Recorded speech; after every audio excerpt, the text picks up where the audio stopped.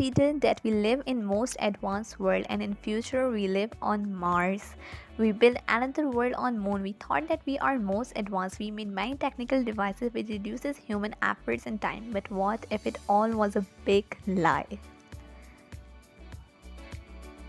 You may hear a word named flying carpet. That was a magical. But what if it was not? If it was an aeroplane?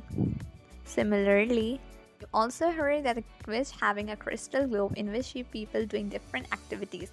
But what if you placed their CCTV cameras and that globe will be a monitor in which she saw people doing different activities. Today, no one can determine that how Egypt pyramids were built so perfectly as they do not have any modern equipment like we have today.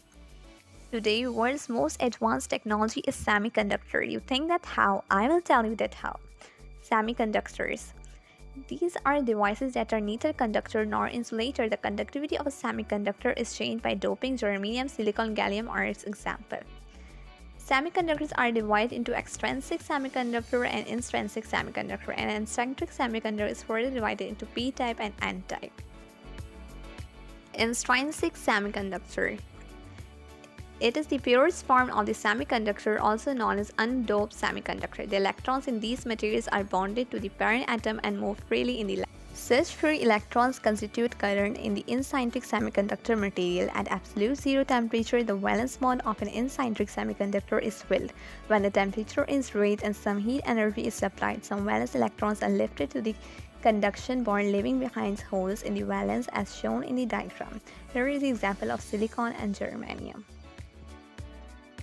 Extrinsic semiconductor. These semiconductors are doped with specific impurities. The impurity modifies the electrical property of the semiconductor and make it more suitable for electronic devices. It is further divided into p-type and n-type. In p-type, holes are majority charge carriers, and in n-type, electrons are majority charge carrier. Here you can see the diagram of silicon as n-type and p-type.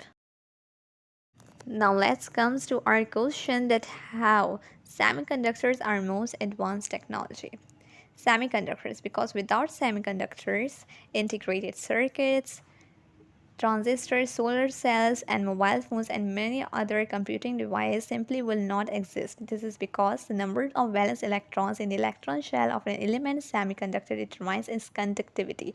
This unique feature makes semiconductor pivotal to the modern technology. Thanks for watching and do not forget to subscribe and hit the bell icon. Thank you.